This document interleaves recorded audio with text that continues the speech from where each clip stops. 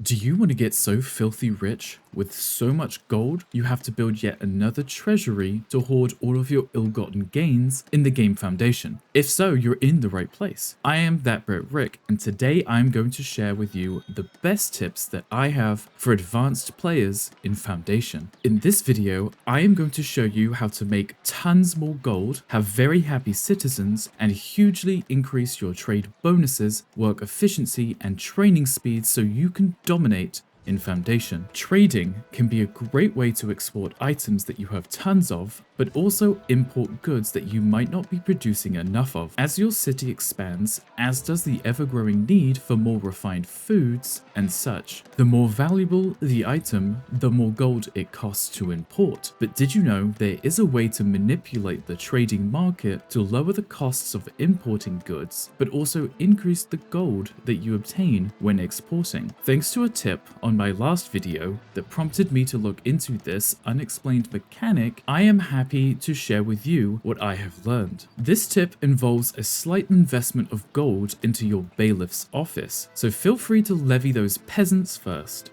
Make sure that you have the trade price bonus equipped. If you don't, you can very easily evict the current bailiff by removing the building's specialization and making it into a free build, then turning it back into a bailiff's office and hopefully selecting it from the 3 options. If that's not there, just repeat the last step until you find it. Once you have hired someone with the trade price bonus, you'll see that it is a very low percent. If we increase the percent bonus, we can increase the price that we sell goods for and reduce the price of goods that we buy. Depending on your current treasury value, there are different choices, but please make sure that you do have the decorations unlocked in the progressions tab. This is very important to make this work. Secondly, go to your bailiff's office and click Edit. Towards the end of the selection of items to buy in place are your decorations. Assuming at this point you might not have a ton of gold laying around, do select the rose bush decor. Zoom down towards the actual building itself. Once you are inside of the building, this isn't required, but it does keep things nice and tidy. With the rose bushes selected, you can hold shift and click to place multiple of these. In the bottom right of your screen, you will see with each placed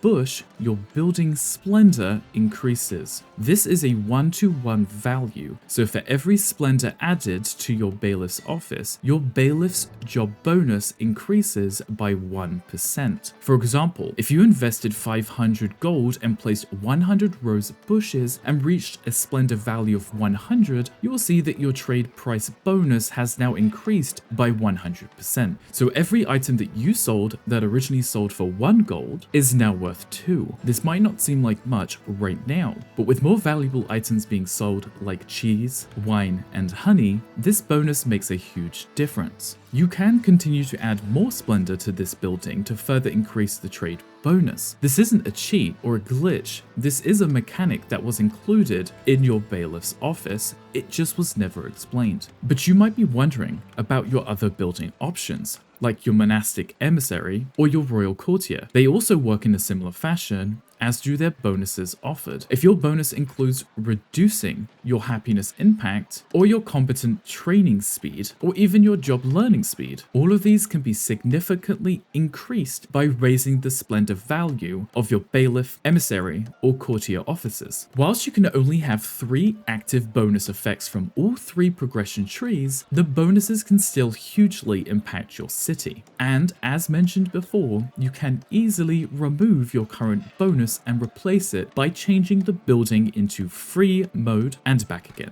Personally, my suggestion would be, if you have all 3 buildings unlocked, would be the trade bonus, the happiness, and your job learning speed. This will significantly boost your productivity, your tax revenue, and your trading. If you do need to train combatants, you can easily swap out a bonus to that and then revert it back once their training is complete. A side note, and another tip that I've been asked about a few times now, to efficiently manage your resources, you will need to have multiple warehouses and granaries. Traders will only visit your storerooms, not your production buildings. If you wish to export or import, make sure you have your resources allocated to be stored at a warehouse or a granary. But how do you manage your resources across multiple storage locations?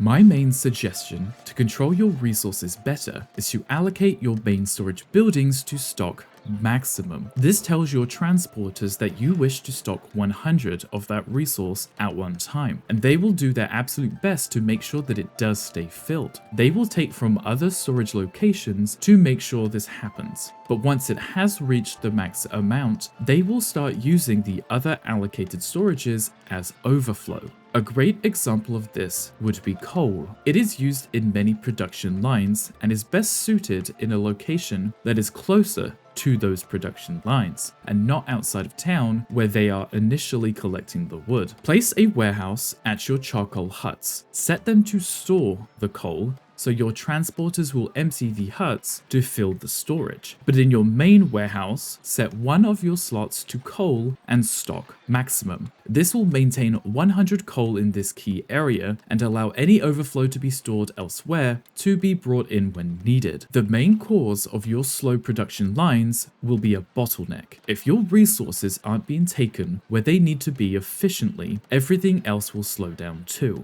These are the best tips that I have for making sure that your ever-growing kingdom is properly oiled, running efficiently, and with the highest bonuses that you can get. I hope these tips serve you well. Be sure to check out my channel for more tips and tricks for your favorite games, or even catch one of my live streams. Also, let me know in the comments below how large your kingdom has become. My largest is about 400 people. If you have enjoyed this video, please do like and subscribe for even more video game content. That is all for now, folks. I am ThatBritRick, and until next time,